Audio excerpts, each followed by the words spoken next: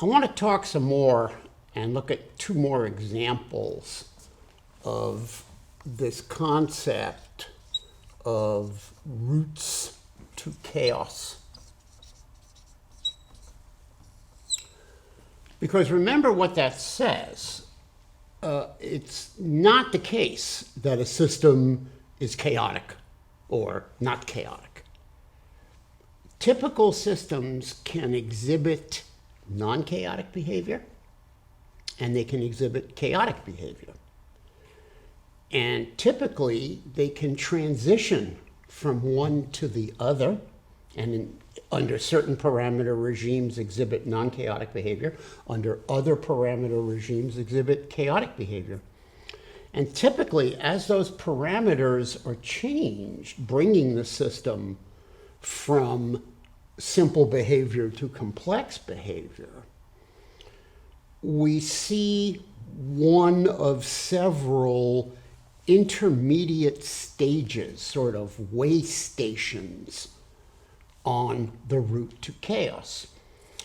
We saw one discussed briefly in the discrete time logistic map, but I want to develop that example a little more because I want to show you a cool technique that is used to generate dynamics from a discrete time system. And you will see how the route to chaos emerges. So remember that we're talking about a discrete time system, and we can look at that geometrically as xn plus 1 equals some function of xn. And we can also, of course, look at it mathematically or algebraically as the iteration of this function. And we iterate the function, of course, by picking an x0.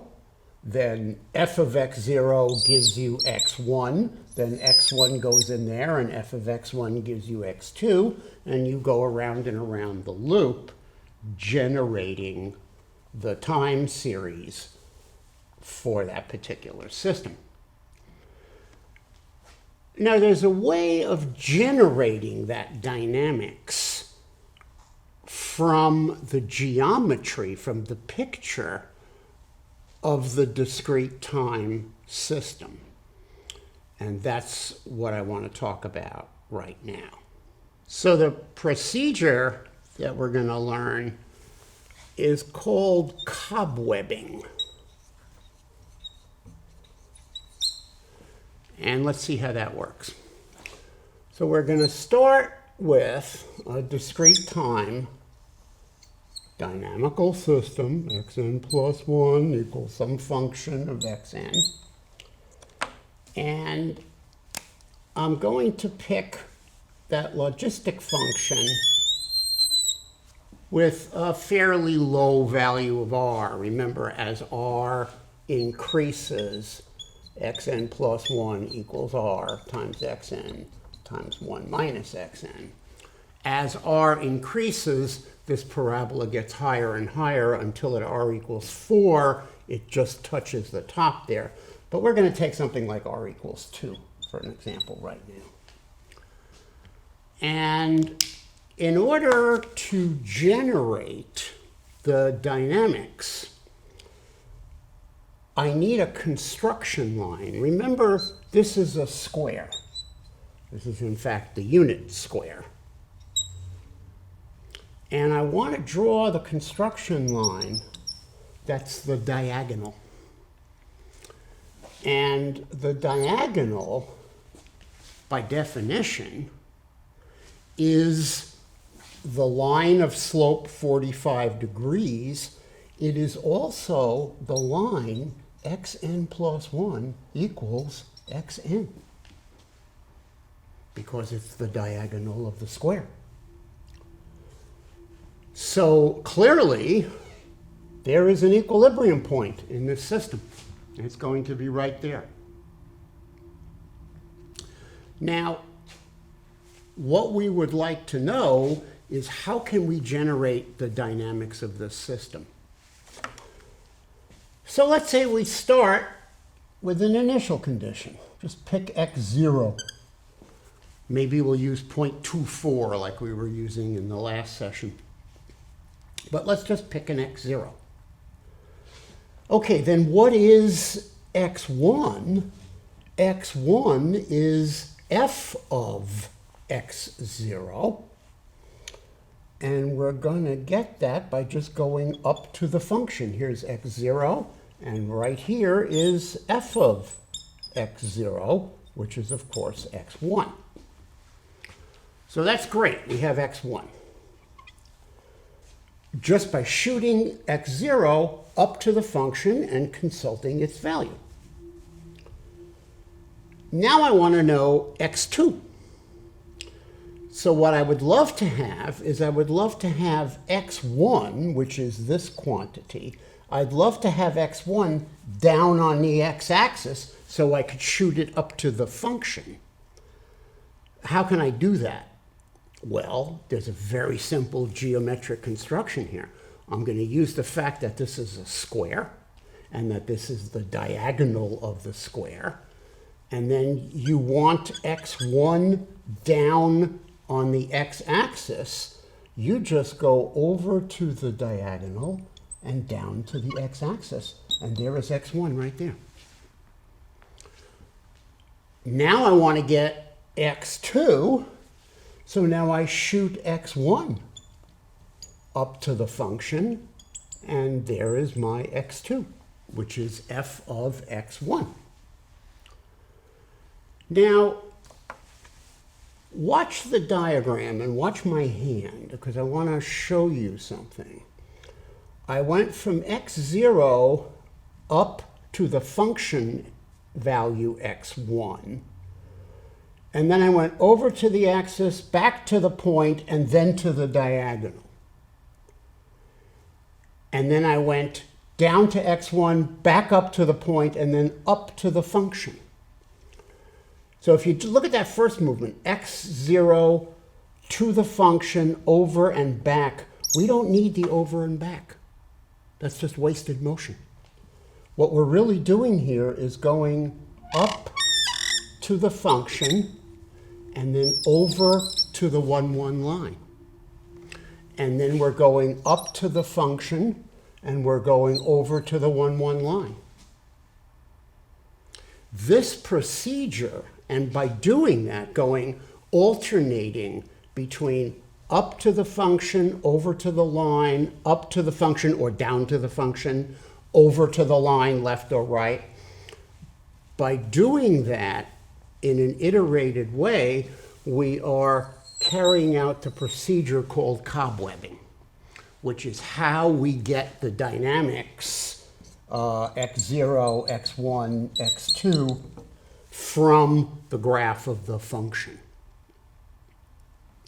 So now with that, we can begin to look at the discrete time function, that's the logistic function, for a bunch of values of r. So the first thing you see for a low value of r is that the cobweb process quickly goes to the equilibrium and stays there. Now, as we raise that value of r a little bit, we get a new behavior. In fact, a bifurcation occurs. And now you go up to the line and over to the function, and you iterate that, and you see now that the equilibrium point has become unstable, and that points near the equilibrium point, the cobweb process actually diverges. So it's an unstable equilibrium and creates a period 2 oscillation as the state point reflects back and forth between the two alternating values. Now, if you look at a zoom in of the equilibrium point area, you see why this is true. If the slope of the function, that is the slope of the tangent to the function, if the slope of that function is shallow, then you see from the alternating points that the process is going to converge to the equilibrium point. But when that slope gets steeper, the point is now thrown off the equilibrium point and thrown far away.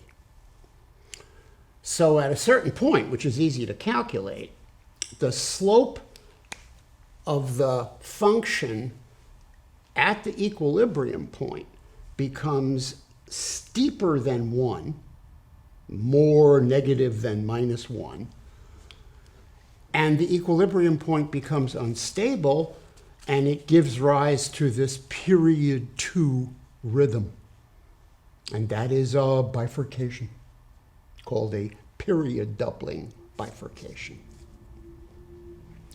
Now suppose we raise R a little bit more.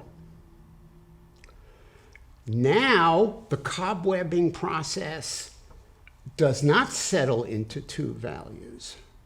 It settles into an oscillation among 4 values, and you see it in the cobweb. And, of course, the corresponding time series gives us 4 values in A, B, C, D, A, B, C, D. Increase R a little bit further, and you get a period 8 rhythm. And as you increase R to a critical value, which is around 3.7, 3.8, now look at what happens to the cobwebbing process. It never closes. And you keep yo-yoing into new values, and as these lines are constructed, they're going to be filling in spaces between previous values. And this very intricate cobweb is actually an infinitely intricate cobweb, because this line is going to go on forever, reflecting back and forth and never hitting the same value twice. Now, of course, in the computer, not even to mention the computer screen, the computer screen has possibly 1,000 pixels from top to bottom. Well, if there's only 1,000 pixels, then the 1,001st time you come around, you're going to hit the same point twice. But that's an artifact of the computer screen. If you're doing the calculation in your computer, can store a lot more numbers than just 1,000, but it still can only store a finite number of values. And therefore, even in the computer without the screen or the printout, in the computer, sooner or later, this process has to close because of the finiteness of the computer. But in the pure math, this process never closes and goes on forever. And this is our transition, our bifurcation to chaotic behavior in the discrete logistic map, or excuse me, discrete logistic function.